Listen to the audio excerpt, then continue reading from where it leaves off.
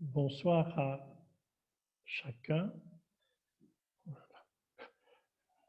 J'ai déjà perdu les repères. Donc, disons que cette béatitude, elle me parlait au cœur.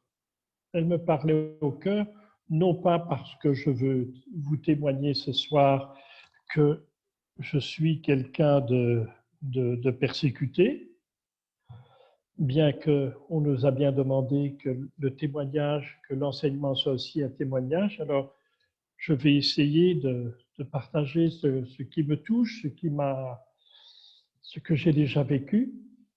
Et donc, le plan de mon intervention commencerait par une petite introduction. Puis, je voudrais parler en premier point de persécution extérieure, et puis de persécution intérieure, et puis en troisième lieu, d'un va-et-vient entre persécuteur et persécuté, et avant de prendre une conclusion. En introduction, je vais relire les béatitudes que j'ai retenues pour ce soir. Heureux êtes-vous si l'on vous insulte, si l'on vous persécute et si l'on dit faussement toutes sortes de mal contre vous à cause de moi, dit Jésus. N'oublions pas cela, à cause de moi, dit Jésus. Réjouissez-vous, soyez dans l'allégresse, car votre récompense est grande dans les cieux. C'est ainsi qu'on a persécuté les prophètes qui vous ont précédés. À cause de moi, les prophètes qui vous ont précédés. Cette béatitude n'est pas réservée aux martyrs d'aujourd'hui, à ceux qui sont concrètement persécutés dans leur chair, dans leurs conditions de travail, dans leur famille, dans leur pays, dans leurs relations, etc. À propos de ces persécutés, le pape François affirme aujourd'hui, attendez, je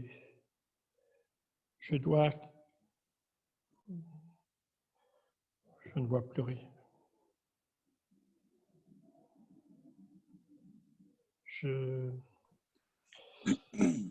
Vincent, je ne vois plus rien, c'est normal?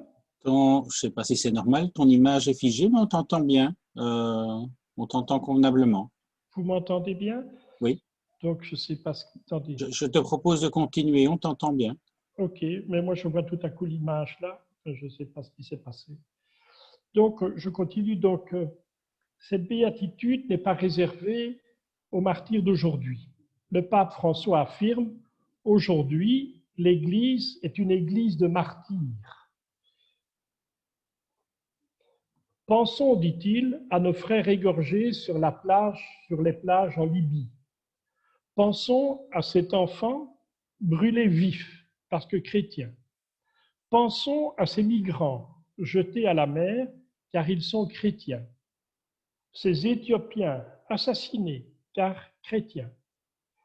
Il y a plus de martyrs aujourd'hui, dit le pape, qu'au 1er siècle. Et concrètement, frères et sœurs, dans notre propre communauté, il y a des personnes qui pourraient témoigner que, étant infirmières, elles ont vraiment dû se battre pour être nommées à leur place parce qu'elles étaient chrétiennes. Et dans la communauté, nous avons connu des familles syriennes exilées à cause de leur foi. Et avec l'aide de Guylaine Radou-Rogier, nous avons aidé ces familles. Donc, parler de persécutés, de gens qui doivent quitter leur pays, nous savons ce que cela veut dire. Nous avons côtoyé la famille Bado, nous avons côtoyé la famille Yacoub. Mais j'ai choisi cette béatitude car elle me parle en raison de notre commune vocation au prophétisme. Prophétisme qui nous a été révélé le jour de notre baptême. Pour rappel, depuis notre baptême, nous sommes prêtres, rois et prophètes, ne l'oublions pas. Nous ne devons pas nous étonner si notre fidélité à parler ou à vivre comme Jésus nous l'a demandé suscite de l'opposition.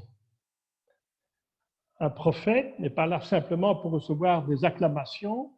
Un prophète est là aussi au nom de Jésus, au nom du Seigneur, et ça remue. Et donc, je voudrais d'abord aborder ce que j'appelle les persécutions extérieures. Le premier point, les persécutions extérieures. Cette béatitude, heureux êtes-vous si l'on vous insulte, si l'on vous persécute, et si l'on dit faussement toutes sortes de mal contre vous à cause de moi. Réjouissez-vous, soyez dans l'allégresse, car votre récompense est grande dans les cieux. C'est ainsi qu'on a persécuté les prophètes qui vous ont précédés. Cette béatitude concerne chaque baptisé. Elle est un appel à vivre dans la paix, la joie, au-delà des persécutions, des calomnies et des médisances. Je pense que nous avons déjà tous et toutes fait l'expérience de paroles blessantes, de critiques injustes.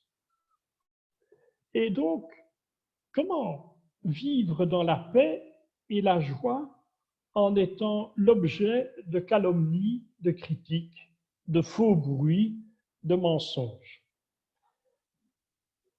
Je voudrais partager ma propre expérience à partir de là. Et j'ai 5 points. 5 points pour comment vivre dans la paix et la joie, le support de cela, de ces calomnies, de ces critiques. Le premier point, il faut écouter son cœur. C'est, rappelez-vous bien, la béatitude à cause de moi, à cause de Jésus.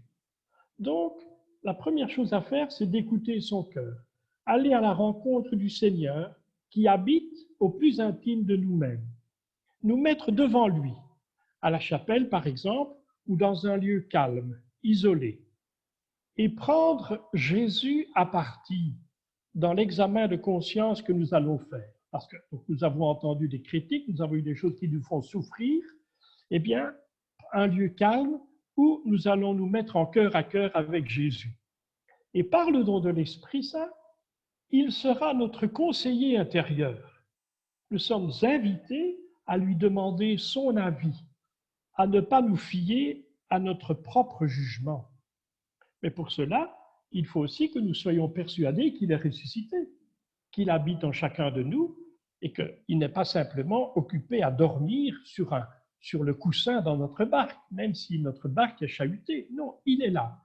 Et donc, est-ce que je vais faire mon examen de conscience avec lui, le ressuscité qui vient me parler? Donc, écoutez son cœur, écoutez sa présence. Ensuite, deuxièmement, il faut se poser une question. Donc, j'ai été l'objet de persécutions, de critiques et tout ça. Nous devons faire la transparence, nous poser la question suivante: qu'est-ce qui a été touché en moi, au point que je perde la paix intérieure ou ma joie, au point de les remplacer, la paix et la joie, la présence divine, au point de les remplacer par de la tristesse, de l'agressivité, de la fuite, de l'abandon, du découragement, etc. Donc, qu'est-ce qui a été touché? Deuxièmement, qu'est-ce qui a été touché en moi? Et pour cela, il faut dialoguer avec le Seigneur, il faut le don de l'Esprit, pour ne pas, je dirais, se laisser effrayer par sa propre nudité, par sa propre faiblesse, par sa propre fragilité. Qu'est-ce qui a été touché? Et le troisième point, c'est discerner. S'isoler, se poser la question, discerner. Et donc, il faut faire cet effort, je dirais, d'intelligence dans l'Esprit Saint. Nous avons reçu une intelligence, il faut l'utiliser. Et donc, discerner, c'est trouver sa paix intérieure, demeurer dans la paix intérieure, si on pense honnêtement qu'on est resté dans la volonté de Dieu. Ou bien, si on s'aperçoit qu'on a quitté et que ce qui nous a été dit, d'une certaine manière, a une bonne dose de vérité, il faut demander pardon. Mais je dirais à soi-même, se pardonner à soi-même, parce qu'on est dans un colloque intérieur. Et donc, se demander pardon. Et moi, ce que je fais souvent, quand ça arrive, que je m'aperçois que quelque chose a été fait, je n'ai pas peur dans un ascenseur ou là où je suis seul de faire un signe de croix et de dire, Seigneur, je veux retrouver et rester dans ta volonté. Je veux redémarrer au nom du Père, du Fils et du Saint-Esprit. Et je dirais que le Seigneur voit ma bonne volonté, voit mon désir et il me donne de revenir à la paix du cœur. Quatrièmement, ne pas aller chercher les plumes de poules éparpillées dans la ville. Vous allez me dire, mais qu'est-ce qu'il raconte là maintenant? Mais rappelez-vous, c'est cette dame qui était allée se confesser chez un évêque. Et qu'est-ce qu'elle disait? Elle se confessait, elle disait, voilà, j'ai dit du mal, j'ai dit des calomnies sur les gens, et voilà, et elle demandait pardon. L'évêque lui a dit, pas de problème, enfin, pas de problème, vous comprenez, il y a un problème, mais je vais vous pardonner, le Seigneur est miséricordieux, mais comme pénitence, vous allez prendre une plume, une poule, et vous allez circuler dans la ville, et vous allez déplumer la poule dans la ville, les plumes, et puis la semaine prochaine, vous venez me revoir. Et là, c'était la pénitence, et la dame, fervente chrétienne, elle va trouver une poule, elle la tue, elle la met dans l'eau bouillante, et puis elle circule dans la ville et elle déplume la poule. Et la semaine suivante, elle retourne chez l'évêque et elle lui dit, voilà, mon Seigneur, j'ai fait ce que vous m'avez demandé de revenir. Qu'est-ce que vous vouliez me dire? Eh bien, ma fille, maintenant, vous allez rechercher toutes les plumes que vous avez éparpillées dans la ville. Et la pénitente, à ce moment-là, s'est dit, mais c'est impossible.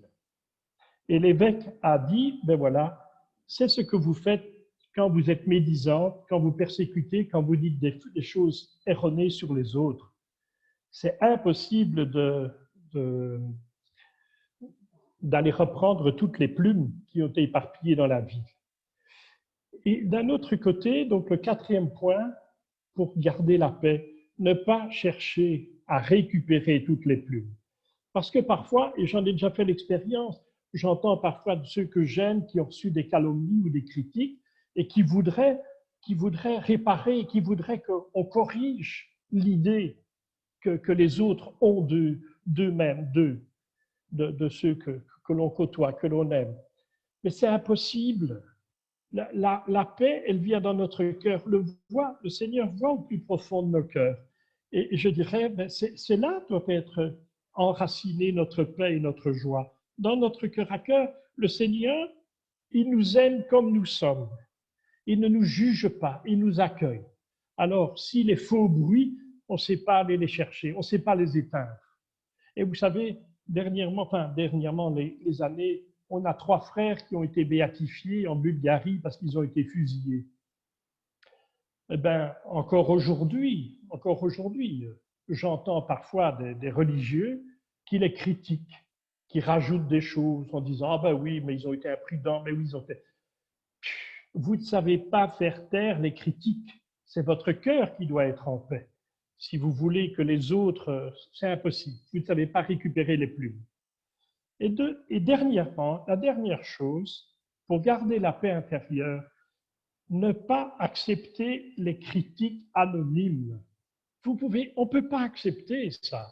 On m'a dit que, mais c'est qui ce on? Moi, je n'aime pas ça. On m'a dit que. Être témoin direct de la critique. Un tel m'a dit que, mais si vous connaissez un tel, téléphonez-lui. Vous savez, parfois, ma petite maman, elle avait la langue un peu, comment dire, bien pendue et parfois, ça sortait n'importe comment. Alors, elle me dit, oh, tu sais, ta sœur a dit ceci, ton frère a dit ça. Alors, je dis, écoute, maman, je vais téléphoner à mon frère. Alors, elle, non, faut pas le faire. Ben oui, mais justement, il faut pas accepter des critiques anonymes. Prenons, je dirais pour argent comptant, les critiques que nous avons reçues. Et là, nous allons pouvoir examiner notre cœur, nous allons pouvoir vivre dans la paix, discerner, demander au Seigneur ce qu'il en pense, garder la paix. C'est important. Et je voudrais vous rappeler, rappelons-nous de Raoul, de la semaine passée. Hein. Ne pas accepter les conflits qui ne sont pas les nôtres. Hein. Parfois, quelqu'un dit, oh, ben, un tel est méchant avec moi. Et du coup, un tel n'a rien fait avec moi, mais avec quelqu'un que je connais ou avec... Mais ne pas accepter, je dirais, ne pas rentrer dans les conflits si ce ne sont pas les nôtres. Je vous invite à réécouter l'enseignement que Vincent nous a donné la semaine passée. C'est fort important parce qu'autrement, finalement, on est en conflit avec des gens, mais qui ne nous ont rien fait et rien dit. Mais parce qu'un tel a été blessé ou parce qu'un tel a dit que, hop, on rentre dans le conflit de l'autre. Non, n'acceptons pas les critiques qui ne sont pas les nôtres. Et vous voyez, je dirais, ben, ce que je vous dis là, ces étapes, ben, je les ai déjà vécues aussi. Hein. Vous savez, je ne peux pas être trop long non plus, mais parfois il y a des critiques qui m'ont fait mal. Hein. Qui m'ont fait mal, je dirais, parce que la critique qui m'était adressée, je dirais, comment dire, elle niait dans ma propre vie une expérience spirituelle, où je m'en étais remis au Seigneur, et le fait de m'en être remis au Seigneur, ben je dirais, j'ai vu les fruits de cela. Mais quand un jour quelqu'un m'a critiqué, je dirais par jalousie ou je ne sais pas quelle blessure il avait pour me lancer une pique, me critiquant cette expérience spirituelle-là, ça fait mal. Mais là, il faut pouvoir dire, demander au Seigneur et garder la paix, retrouver la paix. Parce que dans ce cas-là, je savais que c'était parce que ma relation avec le Seigneur, j'avais vécu quelque chose, et c'est ce quelque chose qui était critiqué, mais je dis non, ce que j'ai vécu, j'ai pu l'expérimenter sur des années, et ça vient du Seigneur. Je n'ai pas perdu la paix. Et je pense, un dernier exemple, c'est que je me rappelle un jour, à l'église de la Madeleine, il y avait une personne qui est venue, qui habitait à l'étranger, et je la voyais tout à fait désemparée. Et je me suis dit, comme elle venait de l'étranger, je dis, ben, je vais l'écouter. Et et elle était vraiment désespérée parce qu'elle venait à nouveau de faire une fausse couche. Et elle était triste. Et j'ai pris du temps pour l'écouter. J'ai demandé à quelqu'un de rester dans l'église pour que je ne sois pas seul avec cette personne. Et après ça, ben, je suis rentré à la maison, je suis rentré en communauté. Et alors là, autant vous dire que quand je suis rentré en communauté, j'ai reçu un savon hein, pour me demander où j'étais parti. On n'avait pas su me joindre, je n'étais pas aux offices communautaires, et donc j'ai reçu un savon de dimension. Mais je dois vous dire que je suis resté dans la paix. Je me suis dit, Guy, qu'est-ce que tu as fait? Je dis, j'étais en face de cette détresse. J'ai senti j'ai compris qu'avec prudence, je devais écouter cette détresse. J'ai écouté cette détresse et puis je suis rentré. Mais j'ai aussi entendu la critique, j'ai entendu la prise de parole forte du frère qui me parlait et j'ai compris ce qu'il voulait. Et je me suis dit que la prochaine fois que ça arrive, ben, si je vois la personne, je lui demanderai de prendre rendez-vous, de se revoir, pour respecter ce qu'on entend. Parce que je crois que la persécution ou les critiques, elles viennent justement de notre écoute et pas simplement des autres, elles viennent de ce que nous écoutons, de ce que nous entendons. Et donc, notre engagement à la suite de Jésus interroge notre entourage. Notre engagement à la suite de Jésus sème le trouble des remises en question. Ils sentent un autre chemin qu'ils n'ont pas nécessairement envie de prendre. Et même notre silence est parfois une accusation pour certains de nos proches. Mais Jésus nous a prévenus, aucun prophète ne trouve un accueil favorable dans son pays. Bref, le témoin, le prophète, dérange, soit par ses paroles, ses attitudes et même son silence. Et cela peut provoquer l'indifférence, la moquerie, l'hostilité, la peur, la jalousie. Ce sont autant de facettes de la persécution que nous subissons que les autres utilisent pour ne pas se laisser interpeller. Mais le travail de l'esprit est aussi là à l'œuvre. Si moi je garde ma paix, eh bien les autres vont se laisser interpeller. Deuxièmement, les persécutions intérieures. Heureux êtes-vous si l'on vous persécute, si l'on vous insulte, si l'on dit faussement toutes sortes de mal contre vous à cause de moi. Réjouissez-vous, soyez dans l'allégresse. Mais nous devons être assez conscients de la présence intérieure du Seigneur au plus intime de nous-mêmes. Elle est aussi une source de conflit en nous-mêmes. Les jeunes traduisent cela d'une manière suivante. Je ne sais pas si vous avez déjà entendu ça. Depuis que j'essaye d'être un disciple de Jésus, je me pose beaucoup plus de questions qu'avant. Avant, je ne m'en posais pas, mais suivre Jésus, je me pose plein de questions. Et c'est normal, à la mesure de ce que nous pouvons supporter, le Seigneur nous fait comprendre sa volonté.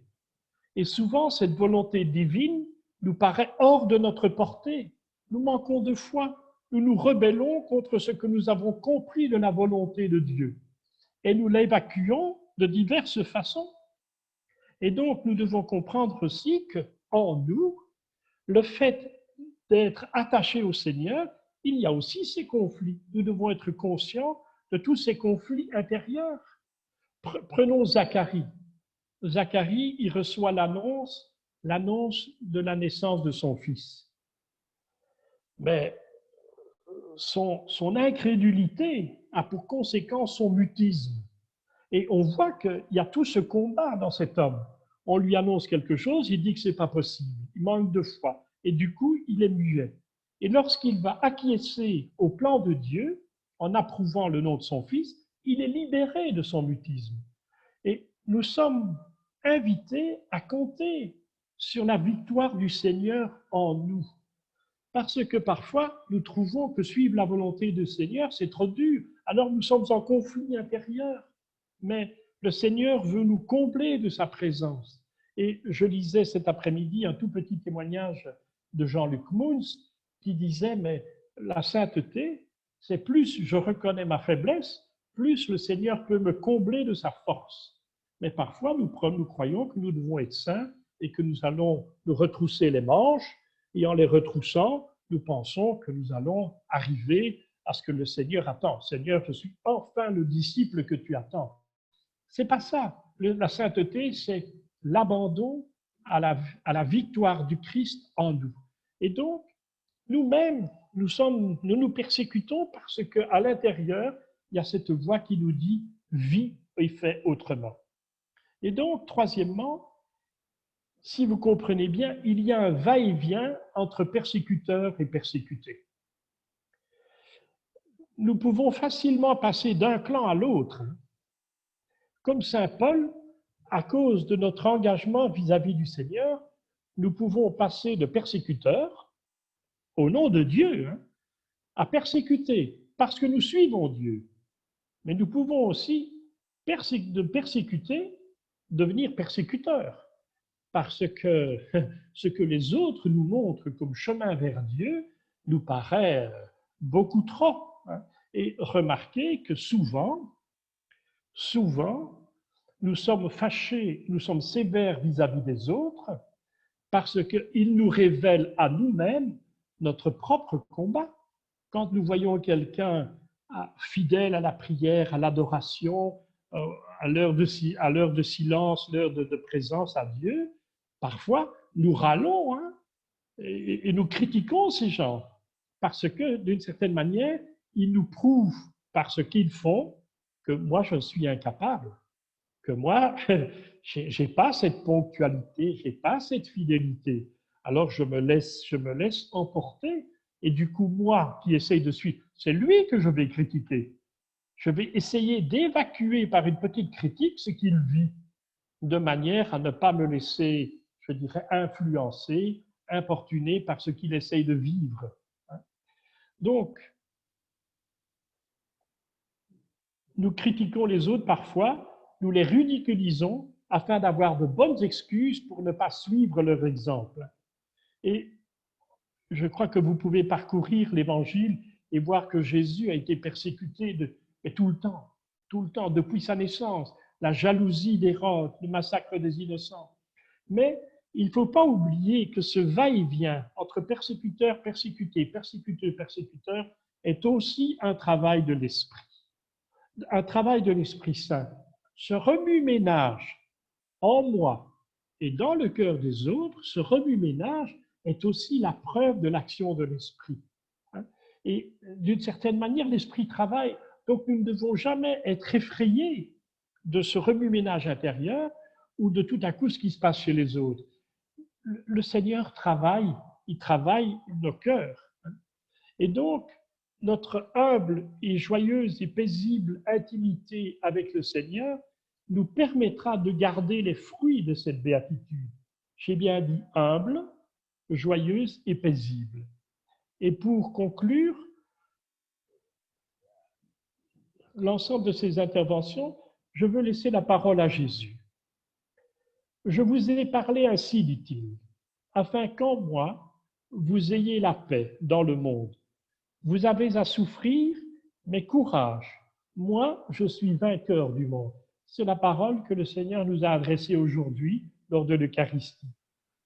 Invoquons l'Esprit Saint afin d'avoir part à cette victoire et à cette paix, à commencer en nous, et intercédons pour qu'il ait la victoire et la paix dans le cœur de ceux que nous aimons.